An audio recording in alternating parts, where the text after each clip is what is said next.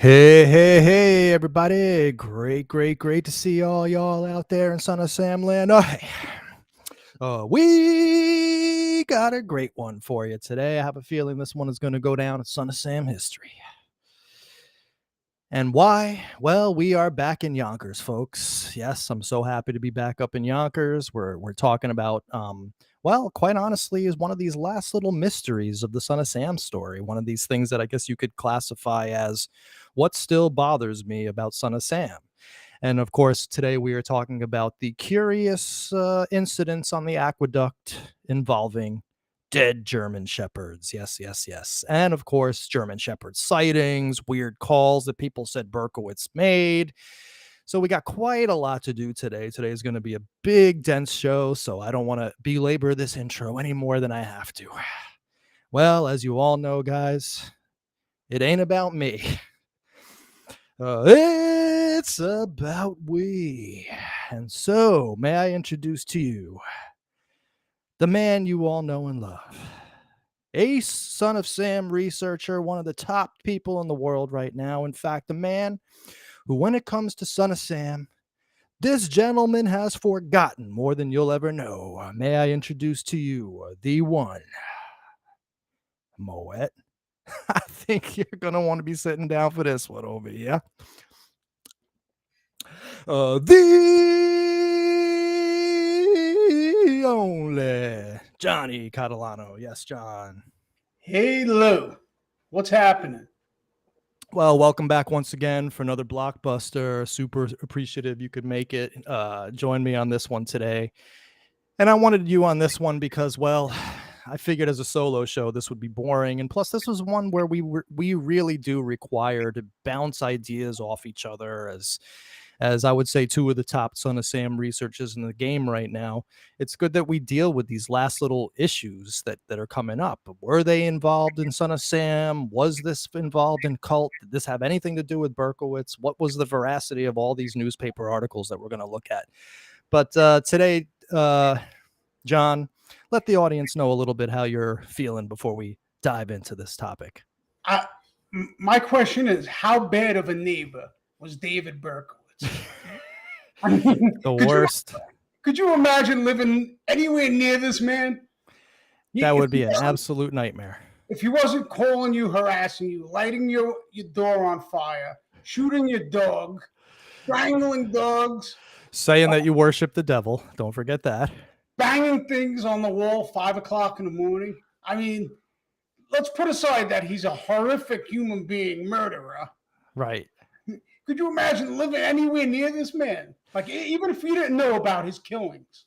But you know what, John? It's all justified. You know why? Because today he's the son of hope. Yeah. That GTFOH, son of hope. My ass. Why exactly do these people, these morons, keep protecting this guy? I mean, what's the goal? That's a good question. At this point, it's fetishistic already. It's actually unseemly. I think most of it, 90%, is just an FU to me in our video series.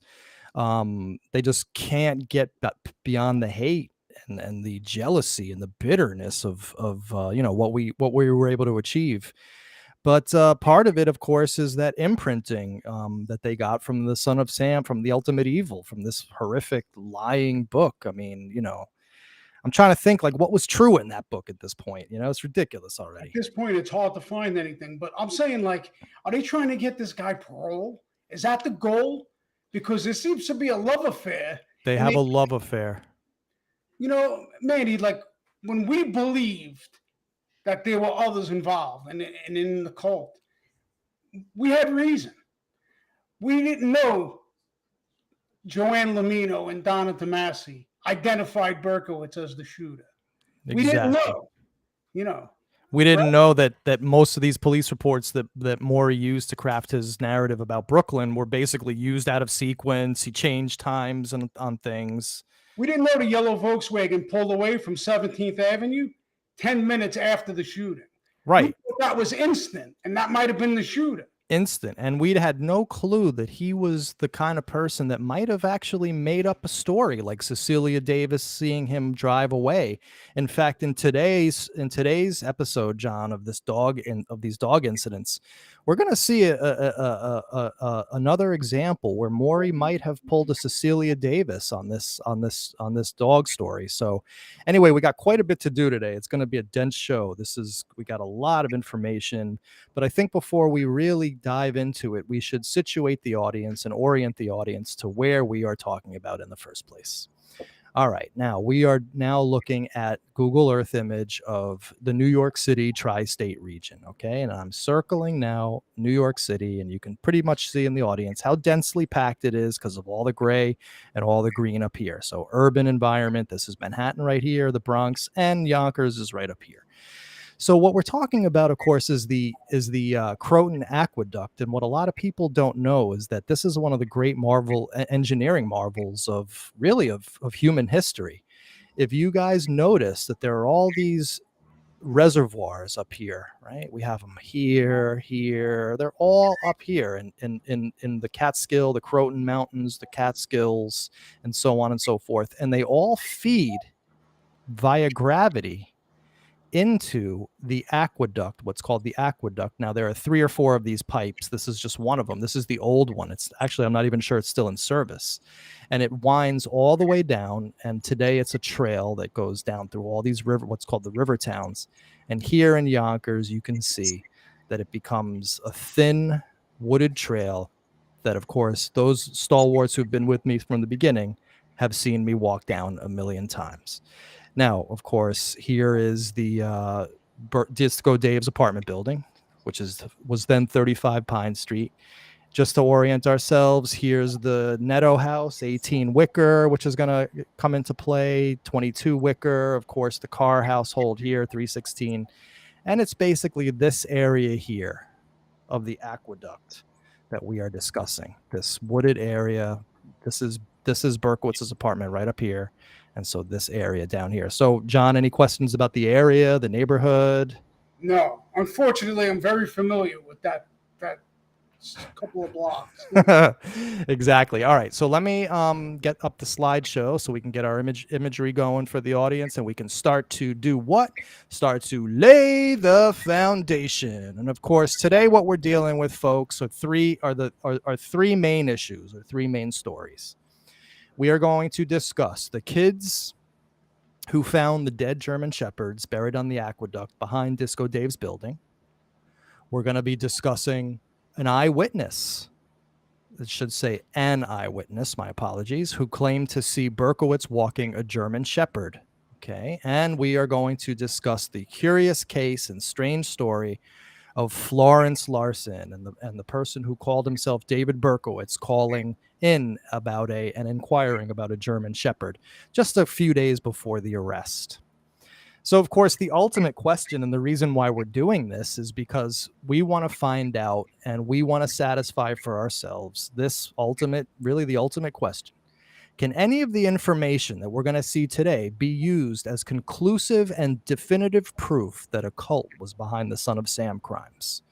So, John, anything to add to that before we get into the kids find the dogs? No, I'm ready to go.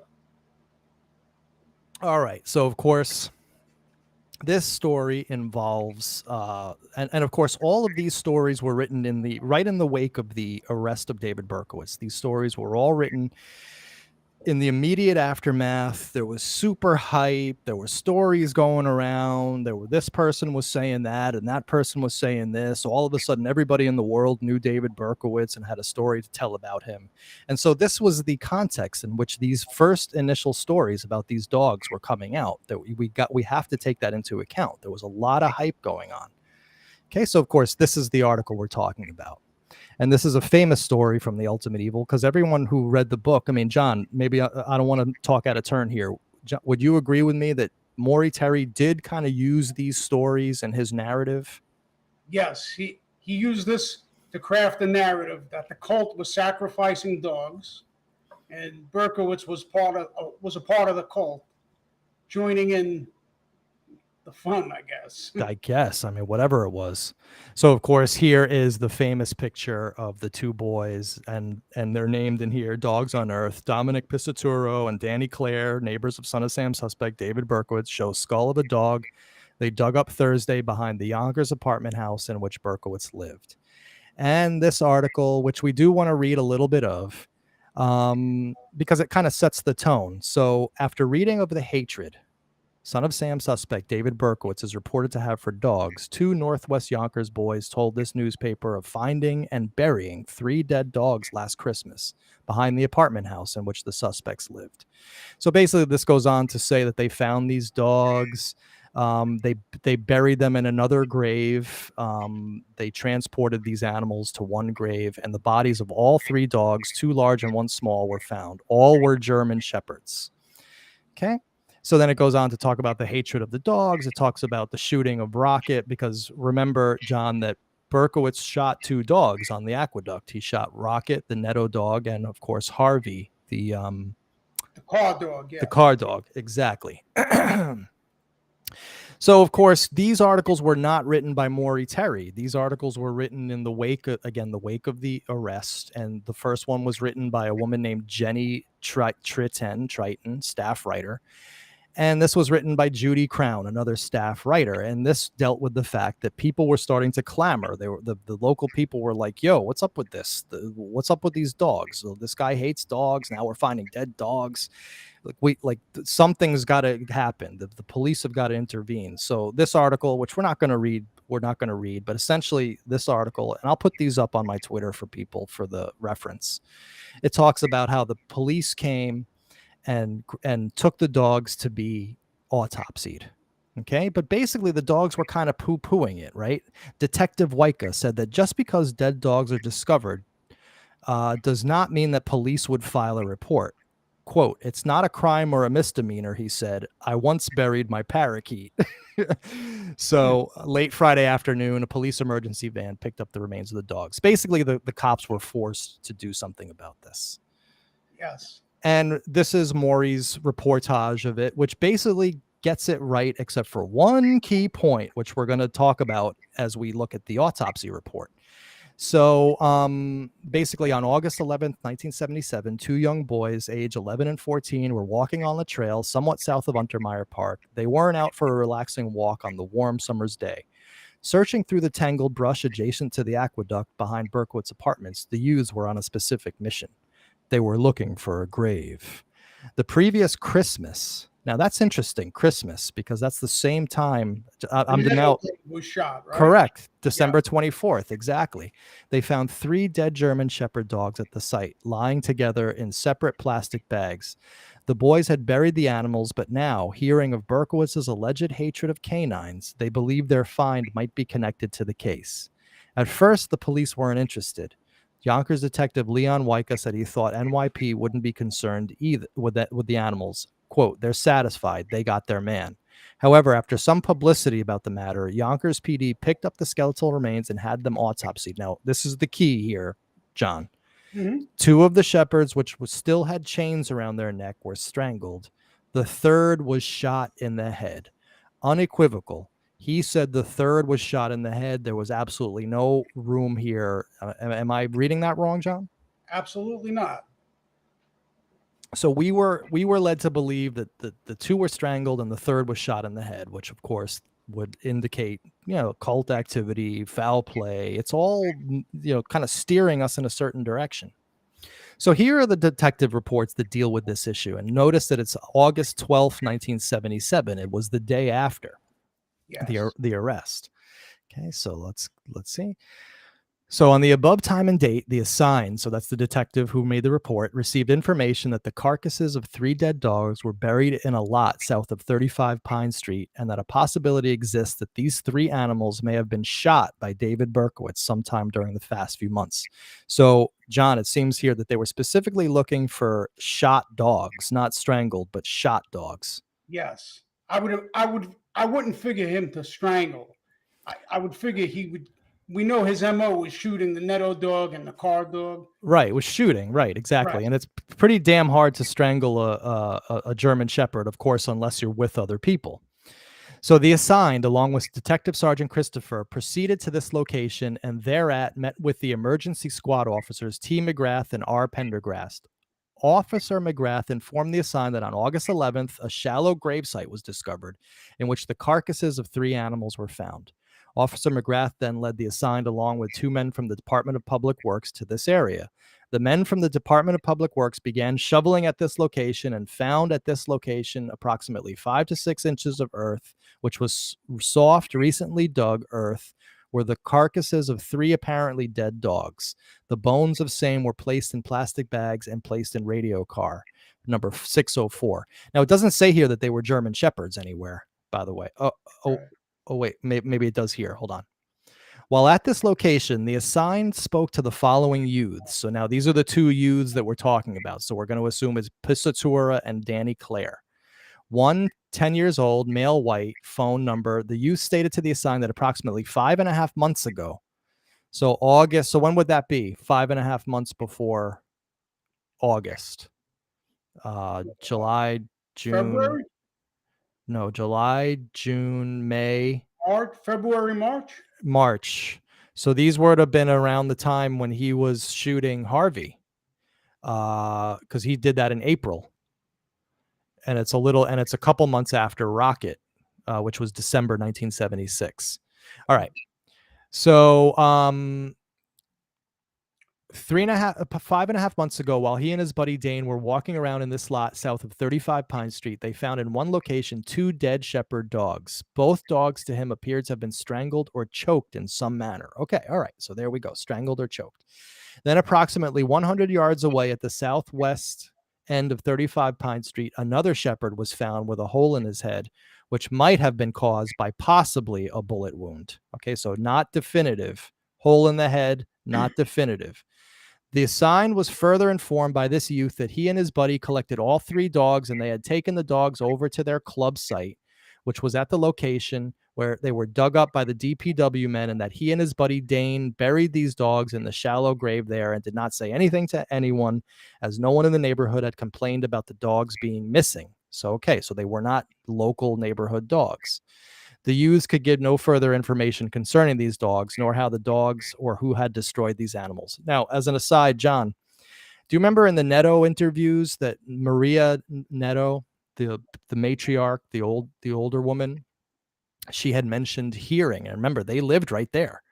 She had mentioned hearing dogs screaming and on the aqueduct right behind her house in that same area. Yeah. Yes. Right. Now, of course, we don't know what to make of this, and that kind of is one of the gists of this show. It's like it's one of these mysteries, like what was going on in this area vis-a-vis dogs. I mean, was it Berkowitz? Was it not? I don't think that any of us could say one way or the other for sure. All right, so here's the follow-up report, which is August 12th, 1977. And so this talks about how the bones were we're not going to read it. These basically, it talks about how the bones were turned over to the medical examiner for autopsy. And here is the autopsy report, which came August 13th, 1977. On the above time and date, the assigned was notified by the Westchester County Medical Examiner's office that upon finishing the examination of the 3 carcasses brought to that office on August 12th at 5 p.m., examination revealed that all 3 carcasses was that of 3 dogs, and that further examination that none of the 3 dogs had died from gunshot wounds. Remains of dogs to be kept at medical examiner's office until removed by the department at a later date. So that's very different from what Maury said. PD picked up the skeletal remains and had them autopsied. 2 of the shepherds, which still had chains around their necks, were strangled, and the 3rd was shot in the head. Yeah, I didn't see the chains around the neck in that report. I didn't either. I was just about to say the same exact thing. Let's say we'll take Maury's word for it. But, you know, even as I think back to Brother John Paul's talking about animal sacrifices in Untermeyer, this was behind 35 Pine Street. So even if this is cult related, which it could be, but it seems like, why is it so far away from Untermeyer Park? If right. Stuff was supposed to be going on in there. Exactly. You know, that's one of the things that Maury does. He makes it kind of seem like it's just sort of a hop, skip, and a jump between 35 Pine and Untermeyer, and it really isn't. It's quite a significant walk. So the two might have nothing to do with one another. Now, it did say that they found the dogs on a different area and they brought them to the clubhouse, but it didn't say they found them in Untermeyer. Hmm. But we do know from Mr. E, and we're going to hear his testimony into a video of his testimony in today's show, that they were killing dogs in Untermeyer Park. I mean, that was happening. Oh, apparently so. It was happening, Right. but it's just weird how those three ended up so close to Berkowitz's apartment. Exactly. And that's why I'm personally saying that this is a wild card. This is one of those things like, what the hell was really happening? Was he stealing dogs and killing them to satisfy some urge? Was this not have nothing to do with him whatsoever? But regardless, John, I mean, do you see any place where we can definitively connect this to Berkowitz and also other people with him? I mean, I'd be the first one to say it was probably him if they were all shot. But Right. the fact that they were strangled, and even if the chains were found around their neck, it Right. just doesn't seem like his mo. His MO to touch Right? things. Right. Right. Yeah. He wasn't about that. And again, it bespeaks also to the fact that it's not. I don't think it's very easy to strangle a German Shepherd, especially alone. So it would have to be a group like we already know is documented in Untermeyer Park from Mr. E. Yeah. Well, I mean, if someone was cruel enough to put a chain around a dog's neck, maybe you could choke it. I don't know, but I mean, regardless, to me, it doesn't seem like his type of crime. right. And ultimately, we're having this thorny issue again of where Maury writes something in the book that is not reflected in the actual reality on the ground. And this troubles me once again. Yes. And this is but one of two examples that we're going to see of this happening. Now, the next story is truly a wild card because I don't know what to make of it at all. And so, of course, this is the story of an eyewitness sees Disco Dave walking a German Shepherd. All right. So basically, this is how Maury writes it. I always like to compare what he writes to what we then see in police reports and in newspaper articles. At this same time, Laura Pisaturo, now that's the sister of the kid who found the dead German Shepherds, right? So now it's all in the family here. Okay. So Yeah. it's Laura Pisaturo, 16, reported that Berkowitz had walked up and stared at her at 12:30 one night a few months before the arrest as she waited for her boyfriend in the parking lot behind 35 Pine. Laura, who had seen Berkowitz before, said, "I smiled at him because I was scared. He didn't smile back." At We'll first, never forget that, huh? yeah, well, yeah, exactly. At first glance, Laura's statement appeared to be of little consequence. It wouldn't be unusual for Berkowitz to be spotted in the parking lot of his own building, and at 12:30 a.m., time estimate meshed with an hour he'd be home since his postal shift ended earlier. But there was a twist to the girl's account, a nuance missed by the police. She said Berkowitz was walking a dog that night. Now, it didn't say a German Shepherd here. It didn't say that he was walking a shepherd. Okay. That's one of the nuances that I've always missed until I started looking at reading this. Berkowitz, however, didn't own a dog. So whose animal was it and why did he have it? The three German Shepherds on the Aqueduct had been slain, two of them strangled. Was that the intended fate of this dog? If so, it would have taken considerable effort for Berkowitz to try it alone. German Shepherds don't passively resist strangulation attempts. Now, it doesn't say that this was a German Shepherd. He was walking. Right. But then here he says it is a German Shepherd. Yeah. You see, Yeah. I mean, in her report, it just said a dog, right? well, we're going to read her report next. So maybe I'm making more of a big deal about this than I should. But so let's see. Let's put this in the interesting but on we don't know column. Okay. Additionally, if Berkowitz in fact hated dogs and regarded them as fearful demons, it was incongruous to think he'd be out for a moonlight stroll with one. I'd already learned that he had a dog, Lucky, as a child, and that he also got along well with the guard dogs at IBI. So what was going on? As for Laura, she knew Berkowitz by sight before this incident, and her account was credible in other respects. In analyzing the case, I noted the dead German Shepherds and the dog walking observation with large asterisks. At the time, I didn't know of the satanic cult letter found in Berkowitz's apartment, which I've debunked, by the way, completely, or that still more German Shepherds were slain in the area. So, John, what do you think about this? just as an aside, uh, it was common knowledge in the official group that that dog Berkowitz was walking was the leader of the Son of Sam cult's dog for Right. real estate. Right. So probably that's probably what Maury's building up to in this chapter you just read. It does seem like he's steering us towards that because it doesn't say that there was a dog, what kind of dog it was. It says here he didn't own a dog, and then it immediately connects this to the German Shepherds found, and then it says German Shepherds don't passively resist strangulation attempts, kind of bringing it back to Berkowitz and this dog that he was going to strangle it. Sorry. So Right. anyway, a little weird. Let's read the newspaper article and let's see if it mentions anything about German Shepherds or him, what kind of dog he was walking. So girl relates a close call. A 16-year-old Yonkers girl told this newspaper she was confronted by Son of Sam suspect David Berkowitz around 3 months ago in the parking lot behind the suspect's home, an apartment house at 35 Pine Street, Yonkers. The girl, Laura Pisaturo, who lives near the suspect, said she was waiting for her boyfriend at about 12:30 a.m. when Berkowitz approached. He came up to me and just stared, she said. I smiled at him because I was scared. He didn't smile back. I walked away and ducked into my house. My heart fell into my stomach. Miss Pisatura, now it says here it says oh, it's a little weird, said she couldn't remember the date, but 3 months ago would place it in May, a month in which there were no .44 caliber shootings.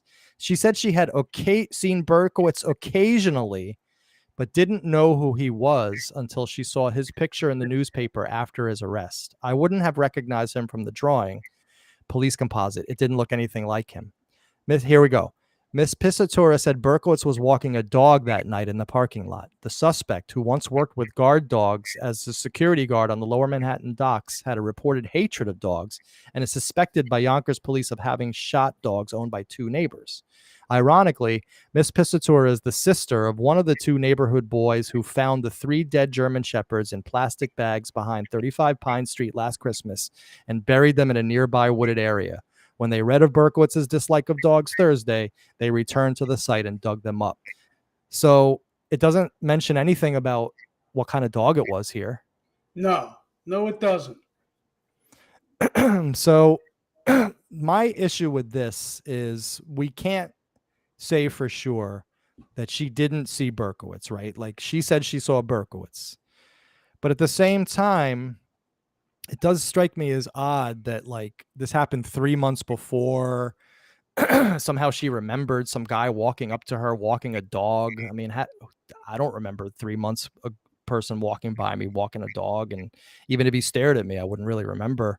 Is it possible, John, that there was just like in the frenzy of the arrest, people were just coming out with Berkowitz stories? Well, we know that happened.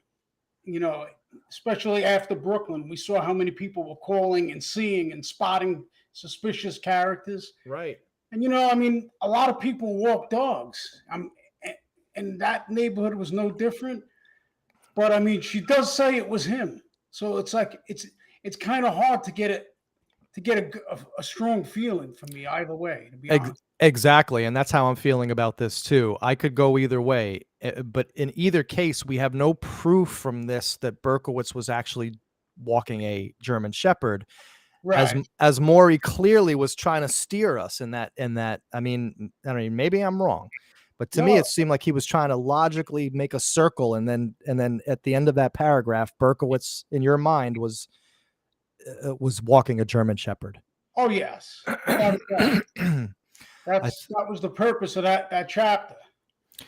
I think so, to sort of connect the dead German Shepherds, even if right, and he never even really did it definitively, but in our minds he did, because I know that was one of the things that I always thought about, like as a moron, like the dead dogs, and those dogs were definitely John Carr and Berkowitz, the remains of one of their sacrifices. That's what I always thought.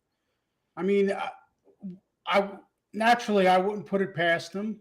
But like I said before, had the dogs been shot, I would feel a lot more of a stronger opinion, but something weird was going on in that neighborhood for crying out loud. Absolutely, Boy, absolutely. boy, oh Yeah. boy. Regardless of Berkowitz, something weird was happening in that neighborhood for sure.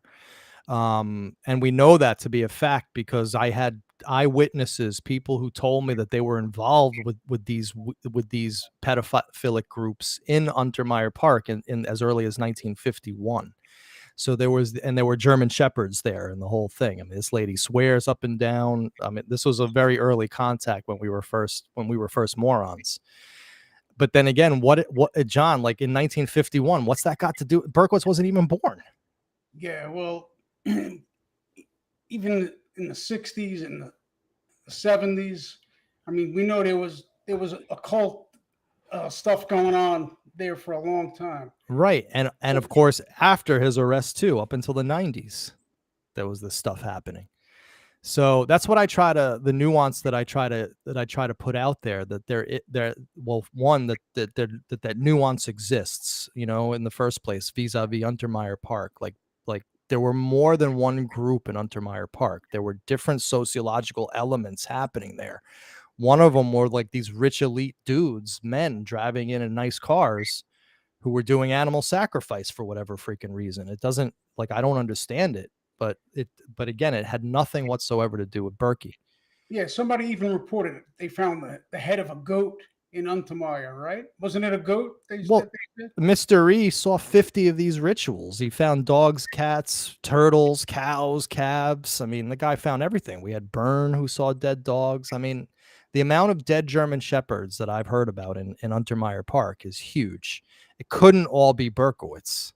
So I think here's the question. Yeah. We know there was a lot of weird stuff going on in Untermeyer, and it wouldn't phase us if they found dead dogs there, right? Right, right. What? Why do we find these three dogs right at 35 Pine Street where Berkowitz lived? Was That somebody setting him up, or was he just that reckless that he'd kill them and leave them right behind his building? or You did know, they have nothing to do with him whatsoever? what has absolutely nothing to do with him? I think the key really is we have to know exactly where these kids picked up those carcasses from. Because remember, they picked them up somewhere else and took them to that site. Though they weren't actually killed at that site, they were found elsewhere. But it doesn't say where they were found. And that's an interesting thing to leave out of those articles. See, in my head, when they said they took it to the spot where their club was, I, Yeah. I imagine that like right near each other, but I might be way off. That's the problem when you don't have the right information. Exactly. But you like I remember being a kid. I mean, listen, I would never have really wanted to deal with digging up dead dogs and carrying them. But if I was one of those types of kids, I wouldn't have a problem carrying you know, splitting the labor and one kid takes one dog and they each take one dog and they carry them for quite a while, you know, like I could see that, you know, like a Mark Twain thing, like a Tom Sawyer, Huck Finn type of mission, you know. Right, right. So I just don't think that there's anything to be gleaned there. I don't think that like at the end of the day, and really that's kind of the point of this show is can we use these incidents, John, as proof that Berkowitz was involved in a cult? And so far, my answer, I'm not speaking for you, but my answer is no. Yeah, we definitely can't. And quite honestly, we still don't know if the particular cult that Maury was alleging was involved with Son of Sam was killing German shepherds. Right. We don't know any of that kind of stuff because it's never really been researched and there certainly hasn't been any participant that's come out. But I just think of like some of these things are just frenzy in the media afterwards. I don't particularly I think that this Laura Pisaturo story of seeing Berkowitz, I could see that going either way, that she just doesn't remember properly. But I could see it happening. And if he was walking the dog, then of course, what kind of dog was it and whose dog was it? Questions that we don't have answered. So therefore, we can't use that as proof of anything. It's kind of just these one little mysteries. Definitely a strange happening. Exactly. All right. So we've dealt with the kids, and now we have dealt with Laura Pissatura, the 16-year-old who witnessed David Berkowitz walking a dog, allegedly. Now we must deal with, in my opinion, really the pièce de résistance, and which takes us into the Queen's DA tapes The case of Florence Larson. So, John, I'll just bring the audience up to speed on on Florence Larson's story. Now, of course, Florence Larson is a character from The Ultimate Evil that Maury Terry, again, heavily leaned on to put into the audience's mind, the reader's mind, that Berkowitz was involved with other people, that there were other people in his world and in his orbit. So Florence Larson, before we go any further, we have to realize that she did exist. Larson existed, and ironically, John, I found her name. This is not her right here. Okay, everyone, I just want you to understand these are two other people, but I wanted people to see the date and the name of the paper. So the Riverdale Press makes an appearance again, and for those who remember my Alfred Hunt Howell, you remember the Riverdale Press. So this is 1988. So this is well after the fact. And here she is, PAW member, People for Animal Welfare, Florence Larson. Okay. And then here, Can I interrupt you for 1 second? Is the chat offline? I don't know why. Oh, because usually people comment with some suggestions, and I haven't seen anything pop up. So. You know why? Because I just saw stuff come up. Or DJ said put out Riverdale, so they must have been listening to us. Actually, John, I know it's shocking, but they must have been raptly of rapt attention, listening to us and not chatting. All right, so then we see here Florence Larson's hanging out at the Riverdale Country School with all the rich people, people for the animal welfare. So this Florence Larson did exist, and in fact, Maury Terry used her real name in the book. So now, the original story from 1977. And why are we differentiating? Why am I saying the original story? Well, because there's going to be a Maury Terry interpretation of the story, a re-reporting of the story in 1979 that we're going to see is significantly different from these original stories. So listen, there's a lot here to pack in. We're only going to read one of these stories in full. There's 4 of them, but we're only going to read one because they all are kind of variations on a theme. But first, let's talk about the actual story itself. And so this is from The Ultimate Evil, and we'll have Maury Terry set it up for us, and then we'll see how the information compares to what he wrote. So several days after the police removed the bodies of the shepherds in Yonkers, right? So so this is now connected to what we just heard about. Okay. Yet another Berkowitz dog incident surfaced. Miss Florence Larson, a portly, pleasant Bronx housewife, was active in a volunteer agency known as PAWS, People for Animal Welfare Society. Miss Larson had come by an unwanted German shepherd named Big Boy in her neighborhood and transported him to a kennel in Mamaroneck, Westchester County. She then placed an ad in the Westchester newspapers advising that the dog was available for adoption. On Monday, August 8th, someone calling himself David Berkowitz phoned her to inquire about the German Shepherd. As Mrs. Larson later told me, quote, "It was about 10:30 in the morning. He said his name was David Berkowitz and that he lived on Pine Street in Yonkers. We always try to screen the caller, so I asked him about himself. He said he once had a dog and gave it away to his girlfriend, and now he wanted another one. He told me he was in the service at the time. He sounded like a nice person, a responsible person, so I told him where the dog was being kept. He said he would drive up to Mamaroneck to see the dog," unquote. And then another call came later the same day. This person told me his name was Jeff and that he fixed cars behind Pine Street in Yonkers. I thought it was very strange to get 2 calls about the same dog that both mentioned Pine Street in Yonkers. He also said that he'd go to see the dog. Berkowitz was arrested 2 days later. Said Mrs. Larson, "I had his name on a piece of paper. I told my husband, hey, this guy called me about a dog. He'll never get one now." So, John, any commentary on that? Yeah, so the appearance that this is all giving is, do you remember in the movie JFK when Oswald doubles were popping up in Mexico at the embassy? Right. Oswald was popping up places saying, "I hate Kennedy." He was being set up. What Maury's trying to get at is, to me, right, is that somebody's intentionally using Berkowitz's name to try to adopt a German Shepherd. And then, of course, he connects it with the killing of the German Shepherds So Right. It's one big circle. And so far we've seen that on that circle, there's doubts, right? And so we have though two main stories here in this narrative. We have the fact that she got a call from someone saying that it was David Berkowitz. And then she gets a call from a second person saying that his name was Jeff and that he lived on Pine Street and that he fixed cars. who And let Jeff be, Manny? well, I always thought, I'm just going to tell you where my mind went to originally.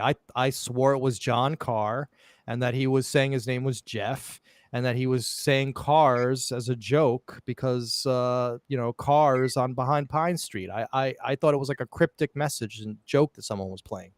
Yeah, it sounds like whoever made this call just wanted the call to remember Carr, Pine Street, Right. It all sounds like kind of like a flag, a setup. But then again, then that brings us to the thorny question, John, which we have, since we are fair researchers. Well, then if he's being set up, well, then that begs the question, someone is setting him up, someone knew about him in the neighborhood, and someone was trying to set him up with these dogs. I don't know. I mean, I can't say for sure what was going on, but he was known to certain people in that area, and his name was known around, and he was known for these dog incidents. Who knows what was going on? Maybe someone did call in with his name, and but again, it's like one of these weird things. Like, what the hell was going on? Or was someone trying to trigger him to get a police visit by using the name David Berkowitz, trying to adopt a dog when he had a history and complaints of him shooting a dog or two already? That would be I don't see that, because that would be assuming that the police were connecting all these dots that they were not connecting. It would be too complex. The police would have to get the report, then they would have to connect it back to Berkowitz. I just don't see that happening in the real world, and I can't see anyone expecting that to happen in the real world. So I don't know. It's one of these weird things. But so we have Maury's story here. So that's in The Ultimate Evil, which of course came out in 1987. Let's look at the original reporting of this. So we'll just read this one article. It's relatively short, and it basically is the article that the next four that I'm going to show you. It's basically, they're all variations on this. So what's interesting, John, is that this came out on Monday, August 15th, 1977. And it shows that right away the cops were investigating accomplices and the accomplice theory. Any thoughts on that?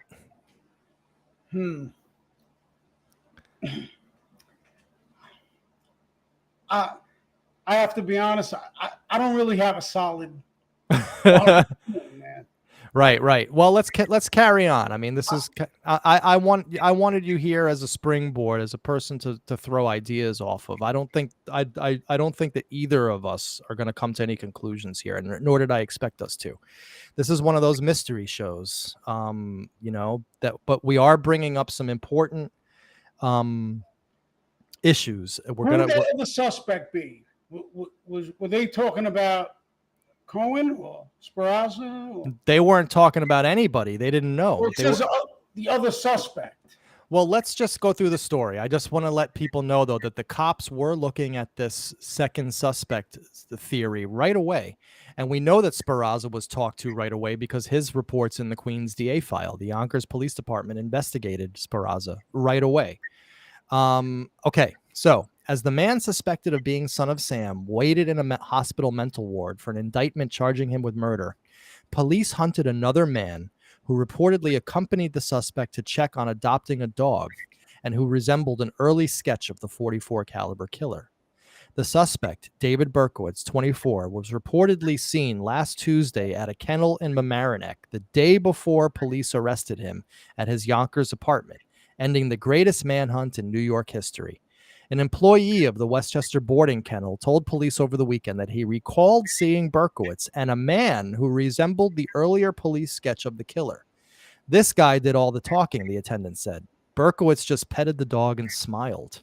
On Tuesday, Berkowitz had called a woman who works for an animal adoption agency to inquire about an 8-month-old German Shepherd puppy advertised for adoption. He said his name was David Berkowitz and he lived on Pine Street, said Florence Larson. He said he and a friend wanted to see the dog, so I sent him down to where the dog was. Mrs. Larson directed Berkowitz to the Mamaroneck Kennel, which he apparently visited on Wednesday, a few hours before his arrest. An employee at the kennel described Berkowitz's companion as white in his mid-20s, shorter than Berkowitz, and with long brown hair. Berkowitz had been described as having a hatred for dogs, and police say he may have shot and killed several animals in his neighborhood. According to reports, Berkowitz has told police that he received commands to kill from a neighbor's dog. Mrs. Larson, who did not meet the accused killer, said the kennel attendant told her that Berkowitz, quote, kept asking if they really come to the house and check and make sure it's a nice place before approving the adoption of the dog. He said they really do, and Berkowitz kept asking. Evidently, that's why he decided not to adopt the dog. All right, so any initial thoughts on this, John? Yeah, so he was acting suspicious. And I mean, this whole thing seems like a setup. It does seem like a setup, but one thing that is suspiciously missing from this article, where's the report about the second caller? Yeah, well, right? yeah. You would Maury Terry. The caller said his name was Jeff. Yeah, Jeff, and that he fixed cars on Pine Street. Where's the report of that? Now, it's nowhere to be found in this one. Okay. And there's a few other things. So they're saying that Berkowitz, on the day of his arrest, a few hours before his arrest, he was at the kennel. So we have to ask ourselves, is that believable? I mean, possibly, right? But weren't the police staking him out since like... I thought so. Yeah, wait, we got to deal with this, John. I thought the first time he left the apartment is when he was arrested. Because weren't they on the roof and on an opposing fire escape? Okay, I mean, this is where we need the crowd. Someone go to the Ultimate Evil right now or find out. So Book Club's Warriors asking who's the author. This is just the Associated Press Book Club, and this was on 1977, right after the arrest. So it was not Maury Terry. Okay. But someone in the audience find out when the cops got up to Pine Street, because if this article says that he was seen a few hours before his arrest, didn't Maury say it was a couple days before? Wait, let's go back. Hold on. Yeah, I thought he said it was a day or two before. Berkowitz was arrested 2 days later. The person told me his name was... Oh, no, this doesn't say that he visited. It says that he was arrested 2 days after the call. All right, so we can't glean anything from that. But it says here, so Dave Moth said that they started staking out Berkowitz at about 6 p.m., I believe. And that sounds right. John, does that sound right? Yeah, I guess so. I apologize. I just can't remember the exact sequence. Well, John, I billed you as you forgot more than most people have ever known. So this is this is one of those things. No, but I think this is a weird anomaly. It says here in the article that this guy said that Berkowitz visited him a few hours before the arrest. A few hours before the arrest, the cops were staking him out. Yeah. And in this article, John, there's no mention of a second call. So here's basically the same article. An employee of the Westchester boarding kennel in Mamaroneck that she recalled seeing Berkowitz and a man who resembled an early police sketch. The two were at the kennel looking for a German Shepherd. According to the shelter employee, a man identifying himself as David Berkowitz called her early last week about the 8-month and said that he would visit the dog shelter with a friend later in the week. Now let's see if there's a second call. You remember the day of the week of Berkowitz's arrest? I don't. Someone's going to have to tell us in the audience. It was August 10th, 1977, going into the night of August 11th. In fact, he was arrested very late at night, if I recall. Like 10:30. So here it's saying nothing about the second call. It just says a second man. It doesn't say anything about a second call. According to shelter employee Florence Larson, a man identifying himself as David Berkowitz of Yonkers called her early last week about the 8-month-old German Shepherd. She said Berkowitz informed her that he would visit the dog shelter with a friend later in the week. This guy did all the talking and he just smiled, the attendant said. So it mentions nothing about the second caller. And it says the same thing here as well. The two men expressed concern when informed that the adoption service would have to make a home inspection. Yeah, they were acting suspicious. They were acting suspicious. Check my home.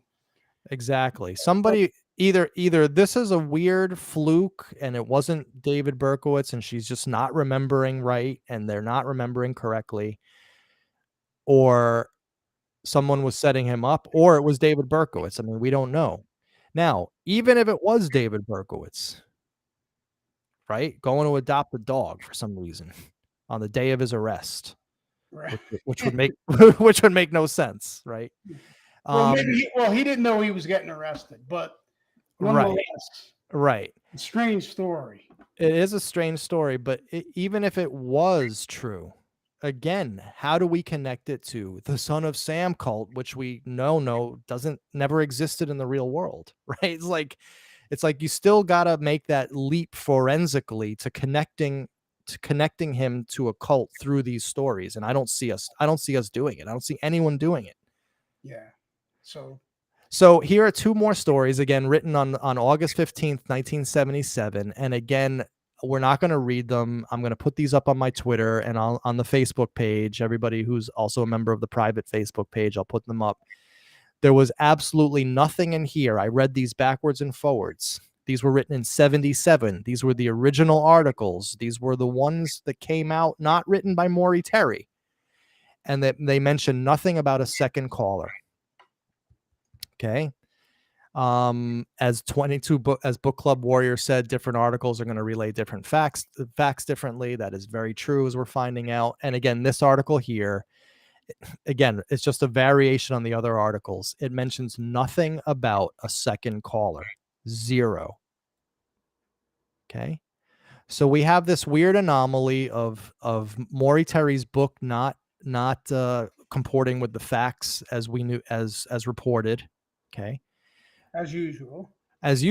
Right, exactly. But in Maury's reporting in 1979, when he reported this story for people, right?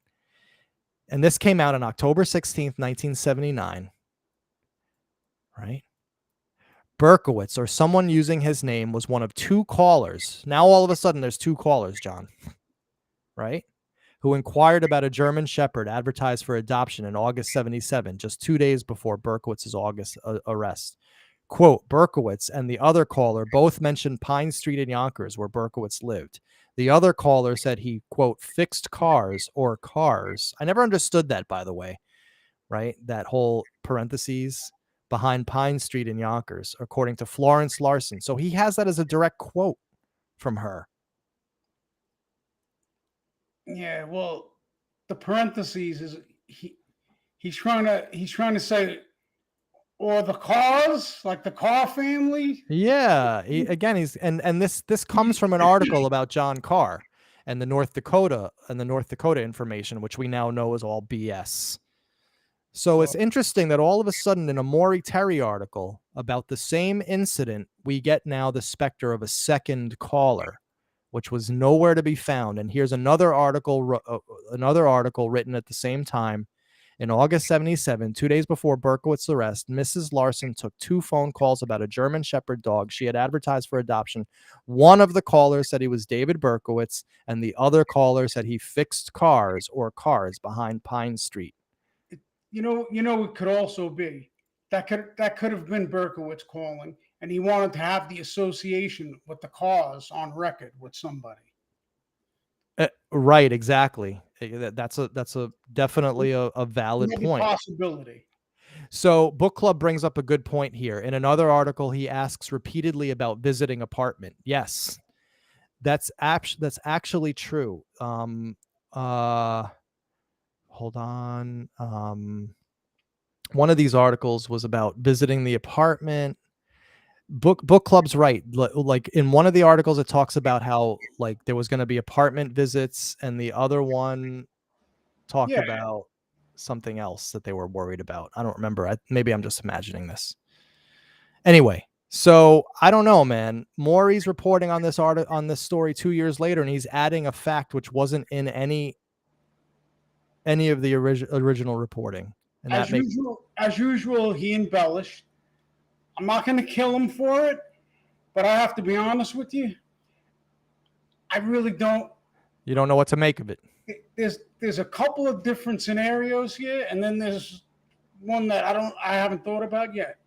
But it's really hard for me to say with any kind of authority that I have a strong opinion. Something weird was going on here. Exactly. And maybe there was someone in that neighborhood calling in on David Berkowitz, right? That's possible also. The last call seemed like Berkowitz wanted to associate himself with the Carr family. He called using his name, and then he emphasized, "I fix cars on behind 30 right Street." But John, we don't even actually know whether that happened or not, because Florence Larson doesn't mention that anywhere in all the original reporting. It's another Cecilia Davis thing where it's only Maury who says that Berkowitz drove away. Cecilia, you remember that in Brooklyn? Cecilia Davis never mentions it in any of the articles. Yes, that was a Maury Terry exclusive. Right. So this could, because of these Maury Terry-isms, we could easily actually dismiss all of this as fantasy, as potential fantasy, in my opinion. Or we can be a little bit more responsible as researchers, and this is what I'm going to do, and just say that these are little weird wild cards that are still these annoying little questions left over from the cult theory. Yeah, there's a bunch of stuff in this case that'll make you scratch your head. Doesn't make sense. We'll never get the right answer to. But this is definitely one of them. I mean, look, I believe that she saw him walking a dog. I mean, how could you forget that face? But honestly, it was 3 months later. Right. Maybe she made a mistake.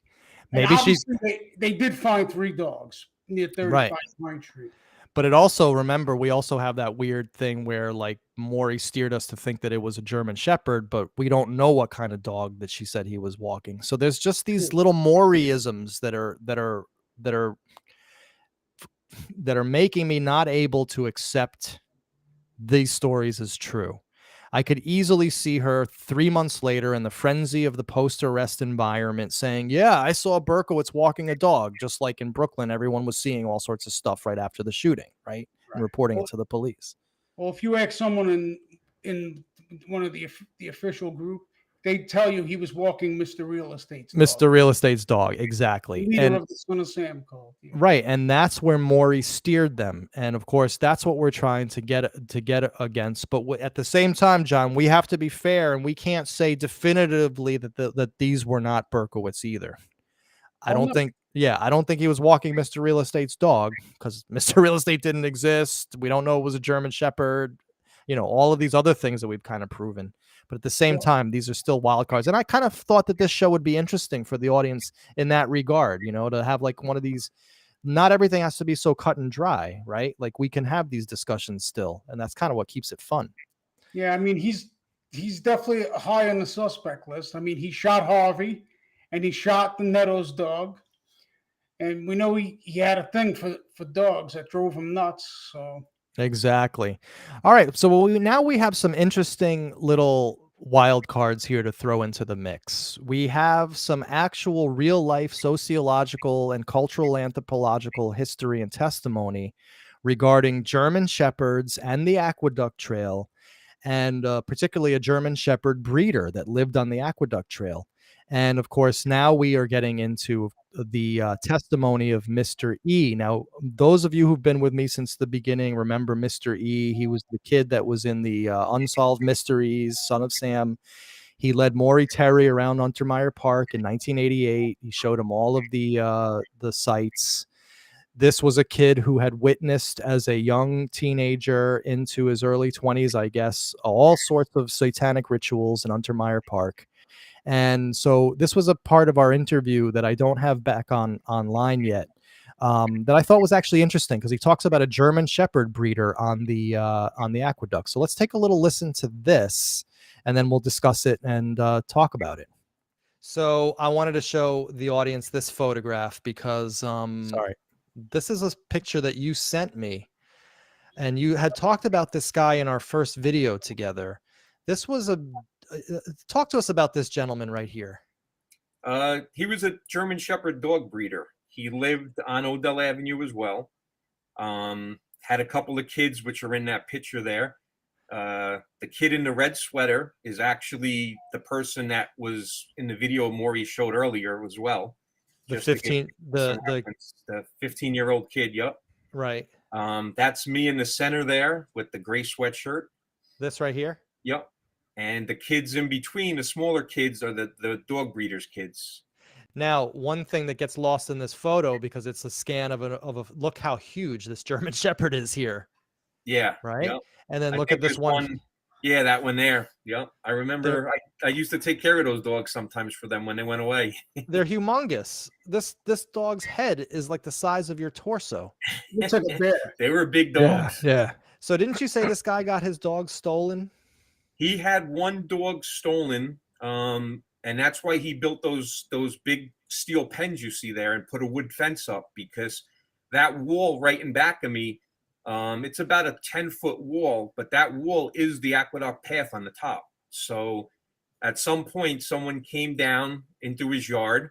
They just slid down the wall, and they took a small German Shepherd. I don't remember if it was a puppy or like a year old, but they took a dog. And that's what drove him to put up that wooden fence in the back there. And then he put up those heavy steel pens he had. He built them himself. And of course, John, I have that photograph here, so we can see it a little bit more clearly how big these dogs are. I mean, look at the size of that thing. It's huge. Yeah, that's a big boy. So what we're seeing here, though, is that there was a German Shepherd dog breeder who got at least one of his dogs stolen. He probably had more stolen. You wouldn't build this huge thing just because of one dog getting stolen. He's right on the Aqueduct. He's right there on Odell Avenue, which is right by Untermeyer Park. So we do have the sociological precedent of dogs being stolen, at least one dog being stolen from a German Shepherd breeder on the Aqueduct. So, I mean, I don't know how that fits into the mix, but I thought that it was, interesting for people to see. Do you have any thoughts on that? Yeah. No, I wonder if the three of the dead dogs were from his kennel. How many dogs did he have? Was he a big breeder? He was a big breeder. He had pens of these things. This guy was breeding massive German Shepherds. You don't do just one when you're in that kind of business. Here's one. Here's another one down here. So, there were German Shepherds on the Aqueduct Trail. And, again, it's just one of these things. I didn't usually on our shows, John, I'm very definitive, and you know that. I'm very cut and dry. I show you the bullshit. We compare it. We prove definitively that Maury lied to us. In this show, I'm not sure what to think. I really don't know. Yeah, I mean, the only thing we know for sure is 3 dogs were found behind Berkowitz's apartment building. Right, and we don't even know where they were found, where they were originally found, John. And I think that that's important to keep in mind for the audience, because remember, we're forensic analysis. We're analyzing this stuff, and we're doing it through the filter of all this new information that's come at us the last 2 years, and so we have the ability to discern bullshit a lot easier because of that. So we have one final topic to cover, John, today, and we're doing great on time. I thought that this show was going to be a 2.5-hour show, and that we were going to read every one of those articles. But I think we've done what we needed to do, particularly with those articles. Now, here is where we start to synthesize things, where we start to bring things together and we start to bring things full circle. So we just learned, John, about this Florence Larsen story, right? We just learned about how let me just get this a little bit more equal here. There we go. We just learned about how Florence Larson someone called her saying he was David Berkowitz. Someone then visited who the attendant at the shelter thought was David Berkowitz. Again, nothing definitive, but yet very strange. Then we have Maury coming in 2 years later, and then we get this story, which was not in any of the original reporting, of a second caller who said he fixed cars behind Pine Street. So Maury was obsessed with this second caller, and because of that, he was obsessed with this story and this person who visited the shelter with Berkowitz. And so, John, I want you to pick up the story from here, because you sent me this picture here. Let me get it up, which is a screenshot of a message that Maury Terry himself sent out about a character named Billy Cohen. And this is Maury Terry, and I don't know who this was sent to, but this is on 6/24/2015, really close to his death. So he was still talking about this before his death. Yeah. I want to read it, and then you'll tell the story, because I don't even know the story. You'll give us context of where this came from and all that stuff, and then we'll take it from there. So, hello. See the attached. Good info on PL's family and background and jobs. I don't know who that is. FYI, DB, David Berkowitz, was part of the sheet metal workers union for a time. Later in 75, early 76, local 113 or 13, I think. Elmsford, maybe. He had an uncle, Lou Schwimmer, who was a union member or official. He got DB in. DB ended up working for a while on the Texaco building being built along the Cross Westchester Expressway near Harrison. One day, he and another cultie from Wappingers Falls left the job to go get a German Shep dog at a shelter. So this is what we're talking about here. Yeah. This was later reported to police. DB confirmed to me that the other guy was in the cult too. His name was Billy Cohen. So talk to us about this, because I'm really curious about where this was before I came on the scene in Son of Sam. Yeah, well, that was an email Maury sent to somebody, and Manny, I really don't want to say who it is. That's fine. Themselves, but as you know, Maury did accuse Billy Cohen of being one of the 22, one of the 50 people who were part of the 22. And I mean, you know, I'm not going to kill Maury for it. He thinks it was Cohen and Berkowitz. Billy Cohen denied ever doing anything social with Berkowitz. They didn't ask him if he went in to adopt a dog. Well, they do it obliquely, and we do have audio to listen to, so we definitely should start playing that for the audience, because the key here really is Maury's definitive statement that Berkowitz identified Billy Cohen as his accomplice to go to that German Shep dog at the shelter. Now, what's interesting is that in The Ultimate Evil, I wish I had the passage. I don't, for some reason, but it says that Berkowitz denied going to the shelter. So in The Ultimate Evil, Berkowitz denies going to the shelter. Said someone used his name. I think anyone who's an Ultimate Evil head will remember that I'm telling the truth on that. And here Maury is in 2015 saying that he went to the shelter with Billy Cohen, who right. David Berkowitz said that he went with. So Berkowitz was telling Maury two different stories on this. Right. Well, that doesn't surprise us either. Exactly. All right, but listen. So now the audience knows that there's this cat named Billy Cohen who Maury Terry accused of going to the shelter with. Not only accused of going to the shelter, but he straight up said, John, that he was a cultie. He was a member of the 22. He was in the Son of Sam cult. I think it behooves the audience to listen to this guy, and you guys can decide for yourself what you think. Now, just so you know, I have edited out only the relevant portions to our discussion, and we have about 8 minutes of audio to listen and react to. So, John, with your indulgence, may I begin? Yeah, it's about 40 minutes, so you had to edit it out. But anybody who's interested, please. Recommend it. We'll listen to the whole thing, and please, if you feel like we have misrepresented this in any way, please write a hopefully respectful comment in the comment section about it, and I'll be glad to address it. All right, so let's, for the audience's sake, now let's listen to some of the relevant passages regarding Cohen and Berkowitz.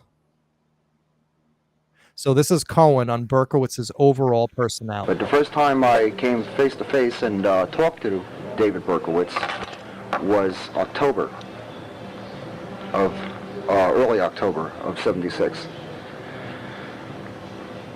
We cut school, left 5 minutes early, and that was about it. I had just about practically helped him cross the street because he was standing in the middle of the street there. I thought that strange. Why was that? Why did you help him cross the street? Well, we were crossing the street, and he was walking a little slow, and a car was coming around, and I just took him by the arm and helped him, Right. to assist. Mm-hmm. Was he? Did he have any problems? Or? Yes, he did. There was one incident which I could easily recall on the job. Me and a fellow worker, James Drayton, got into an argument. I was an apprentice on his job, and James Drayton was a mechanic. And we got into an argument, nothing violent or anything, but just a disagreement on how he thought a job should be done and how I thought a job should be done. And we said a few words, but we never came to blows or anything, and we are good friends. So I noticed that David Berkowitz was coming up behind him with a brick. I immediately spun around, grabbed David Berkowitz, pushed him down, and told him to sit there. I knew he didn't smoke. I says, here, smoke a cigarette, it'll calm you down, but just don't get involved. Now, I don't know whether he was going to do this for me, because me and the black man, this guy James Drayton is black, was doing this because he was black, was doing it for me, or just doing it just to, like get involved in something. Because I've noticed that he got involved in other people's arguments. And that was the time that I saved, or at least the way I look at it, I saved the .44 caliber killer from doing bodily injury to another human being. So interesting. So any thoughts on what we just heard? I mean, Manny, like two guys are at work having a disagreement on how to do this job. Yeah. And Berkowitz was actually going to hit the guy in the head with a brick. Yeah, listen, we know he's a mental case. Right. But to me, the insight I get from Billy Cohen was how sick he really was, Berkowitz. Right, exactly. I mean, I'm not seeing that this guy doesn't sound like a cultist to me. This guy doesn't sound like he liked Berkowitz or that he hung out with him in any way, shape, or form. He's answering the questions forthrightly. It doesn't sound evasive in any way. No. I mean, so far, Billy Cohen sounds absolutely normal. And this is the beauty of these Queen's DA tapes, John. As you know, we got to hear these people in their voices rather than filtered through the lens of Maury Terry. Yeah, there wasn't much in his 40 minutes of interviews that made me really suspicious of him. Right. It's actually pretty comical. It sounds like they interviewed him in a bar. Yeah, exactly. We hear some. Right? Yeah, you hear old-fashioned pinball machines. You hear the old-fashioned pinball. Yeah, it's so awesome to hear that old stuff. And people were playing the jukeboxes. It must have been in a bar where Lifer interviewed him. So here's Billy Cohen, the guy who Maury Terry said visited the shelter that day with Berkowitz and who was a fellow cultist. Here he is saying how nuts Berkowitz is.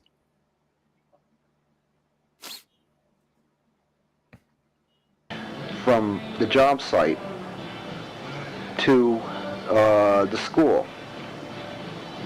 And during lunch break, on that, dinner break on that, we went to a local bar, which is down the street from the school, Dutchie's.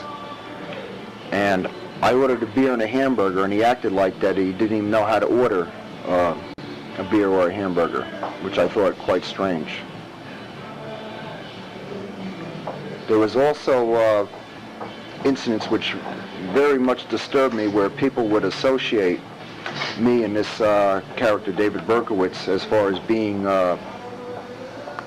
friends and law partners. The common joke would be Cohen and Berkowitz law firm. And I made a public statement in front of everybody that this guy is nuts and I don't want anything to do with him. This is before, you know, all this murders and brutality came out. So here you have Billy Cohen now publicly saying that Berkowitz is nuts. This guy doesn't know how to order a burger in a bar. The guy's so socially inept. He doesn't know how to order a drink. He wants nothing to do with him. Yeah, I mean, it's 2 years after the arrest, but Billy doesn't sound like he was a big fan of David. He does not. And of course, Moet, Disco, and Cohen, 2 members of the 22 at the kennel. All right, so here he is basically saying straight up he never hung out with Berkowitz. Was there a time that you were friendly with him? Just to say hi, hello on the job, and that was it. But Yeah. not as far as getting involved in conversations. Did you ever go out socially with him? No. So he said basically that they never went out socially. All right. So then here's more insight into Berkowitz's relations with Richie Sperrazza. But this also shows that Cohen didn't really know, because Richie and Berkowitz were actually closer than Cohen is about to say. Yeah. Did you know Richie Sperrazza? Yes. He and David used to ride back and forth to work together. Yeah, but I don't believe that lasted too long, because David Berkowitz was very unreliable, and it was very difficult for him to be friendly with anybody. And if I'm not mistaken, him and Richie just did not last long as a carpool. So I don't know what to make of that, because I think Richie and David were actually closer than most people think. Yeah, you know, even when you listen to Richie's interview, I mean, Richie had him over for dinner and stuff. Right. But, you know, so Right. I don't know. Maybe he just didn't know. I exactly, which would also then sort of put more proof that this guy Billy Cohen knew nothing about Berkowitz's life, that he wasn't part of it, that he wasn't social, he never got deep with him, personally. Now, Richie is another person, and maybe we should do a show on Richie one of these days. I truly believe Richie was the guy with Berkowitz the night of the Netto dog shooting. That's my belief. I'm standing by that. I stick by that. I don't think that means that there was anything to do with Son of Sam. It's a lot different to drive a car and maybe not even know that the guy's about to get out and shoot a dog and then drive away. It's a lot different than first degree premeditated murder. And you know what I'm saying? Right. So, but here they ask straight up about dogs. Now, John, they knew that Maury suspected this guy to go to the shelter. Right. And so Maury must have been talking about this guy in 79, because listen to the questions they ask him and then relate it back to this over here, where Maury's straight up saying that his name was Billy Cohen, right? So listen to listen to the questioning of the DAs. Did David ever mention to you about anything about dogs? Did he like dogs, didn't like dogs? Did you ever talk about having a pet? I'm pretty sure he did not. Do you ever remember ever going anywhere with David in his car? Whether it's for coffee or on a hamburger run or... I believe that one time when we were heading from the Texaco job site to the school, that it was in his car. I'm pretty sure it was. What kind of car was that? It was a Ford Galaxy yellow with a black top. Did you ever socialize with David at all? No. In other words, after work or anything like that? No, just the one time that we went to Dutchie's, which is down the street from the school, and he wouldn't be my type of person to socialize with. You walk into a bar or a restaurant and he doesn't even know how to order, like he's from outer space. strange. So I myself did not associate with him. Did you ever go to David's apartment? No. Did you know where David lived? Someplace in Yonkers. You know, Manny, Yeah. it would have been great if they would have just came out and asked him. Did you go with him to adopt a dog? Right. But they didn't. They kind of skirted around it. They were giving him the opportunity, and he didn't come up with it. So Right. Exactly. I don't know if he was there or not. You know, I want to say because Maury said he was there, then it's not true. But I don't want to be that guy either. That's true. That's true. I just don't know. You know, This is probably shocking the morons out there, John, that you and I are actually like not coming to any definitive conclusions here. Yeah. But I personally, if I had a gun to my head, I would say that this is much ado about nothing, and that Billy Cohen in particular had absolutely nothing whatsoever to do with Berkowitz. That's just my personal view. But at the same time, as a fair researcher and honest reporter of these things, I have to say that just because my opinion, it doesn't mean it's fact. And so we just don't know. Now, here is something very interesting, John, that I found in these tapes. And this is a little wild card thrown at all of us. Now, check this out. Ever hear from David after he was laid off? No.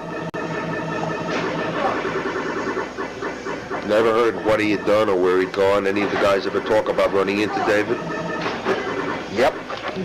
There was one guy who said he ran into him. John something or other. He's a German guy. I can't remember his last name. I know it's going to sound prejudicial or something like that. He wasn't one of my favorite people, and I wasn't one of his favorite people. He tried to shove me under a piece of falling steel once, and he wound up almost getting his head cut off. He mentioned that he's seen David Berkowitz working in computers, that he was going to computer school or something like that. I can't remember his last name. They used to nickname him the Duke. Uh-oh. the Duke. The Duke. Duke of Death. The Duke.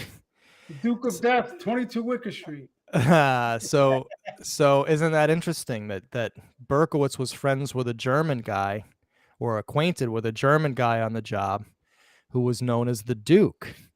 So there's another Duke in the whole Son of Sam realm, you know. Very, very, very interesting. All right, so let's carry on, because again, now we're going to learn more that he just was not close with David Berkowitz. I mean, we just can't glean anything from this. So basically, Bill, what you're telling us is that as far as being a close friend of David, you weren't. No. Okay. As far as working with David on occasion. Yes. So it's side by side working with. Yes. Okay. That is correct. And as far as any type of social activities, you'd never no got involved with him there. No. Right. No. So that's pretty cut and dry. And here he's straight up asked about wheat. But I did ask him what's happening with your love life once, and he said he was having a couple girls come over his house one night. And I might have mentioned, well, if there's anything extra, let me know, but he never did. Did he ever mention any names? No. First names? No. Have you ever heard of the name Mickey before?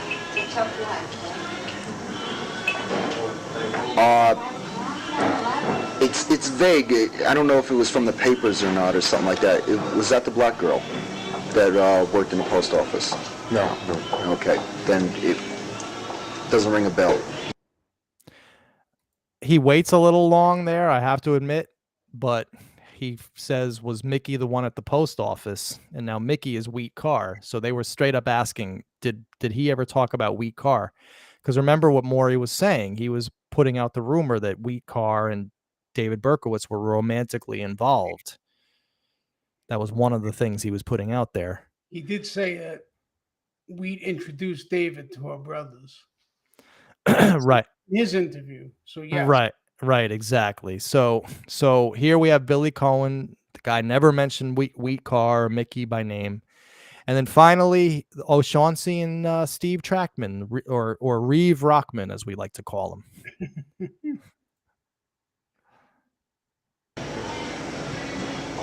Have you ever heard of the name O'Shaughnessy? No, I haven't.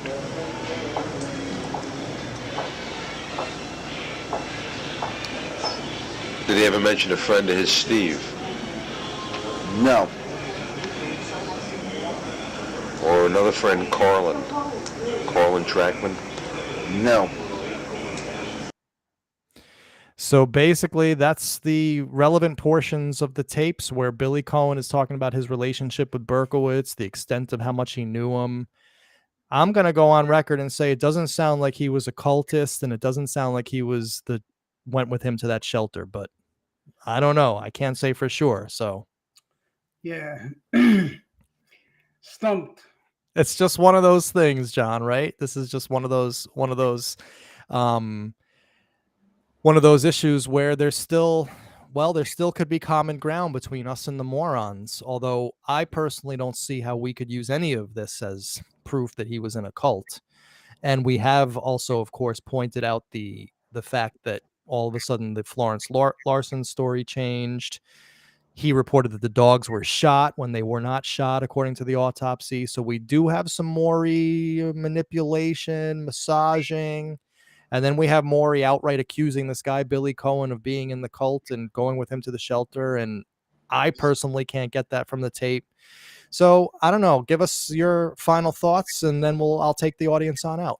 Yeah, so we know part of Maury's theory was the cult tortured dogs and cut German shepherds' ears off and killed them. And I can believe that, but I can't put Berkowitz. I can't say he did it. I can't say he didn't do it, and I can't say he had anything to do with that cult. Based on everything that we've gone over today, I have to say, I'm just not sure. Right. Well, I think that that's very fair, John, and that's what we try to do at this station, despite our critics feel the contrary, but we do actually try to be fair. And I'm actually looking forward to as the weeks go by, people add comments on the YouTube. Yeah, this is because I'm wondering, what other people are thinking. Yeah, exactly. And I think that this was an important show for that reason. I do see serious problems, again, like we talked about, but at the same time, Florence Larson was pretty damn sure that it was David Berkowitz who called her. And of course, if it wasn't David Berkowitz, why was someone calling using his name? And then if someone was calling using his name, then we have to ask, well, who was it? And that gets us into, fun speculation. I don't think we'll ever really know for sure. But anyway, John, I want to thank you once again for joining me on this show. I know it wasn't the sexiest of topics, but I think it's an important one, and I'm glad that you were able to join me on it. Thanks for having me, man. It was fun. You're very welcome, John. So hang out. I'll say goodbye to you backstage, all right? Okay. All right, thanks, man. All right, well, we did what we needed to do today. We put out these questions, and of course, today, unlike most of our shows, we do not have any definitive answers. Where were these dogs picked up by Danny Pisaturo and his friend Claire, right? Did Laura Pisaturo actually see Berkowitz walking a dog? And if so, what kind of dog was it? Did Florence Larson get a call from actually David Berkowitz? And if so, did David Berkowitz go to that shelter with someone else? If he went to that show with someone else, was it Billy Cohen, the guy that Maury Terry straight up accused by name of being in the cult and being with Berkowitz that fateful day? Well, the answer to these questions are, I don't think we'll ever really know. But hopefully this is one of those places where we can find common ground and have some fun discussions. All right, guys, take care. Thank you so much. We'll see you at the next show.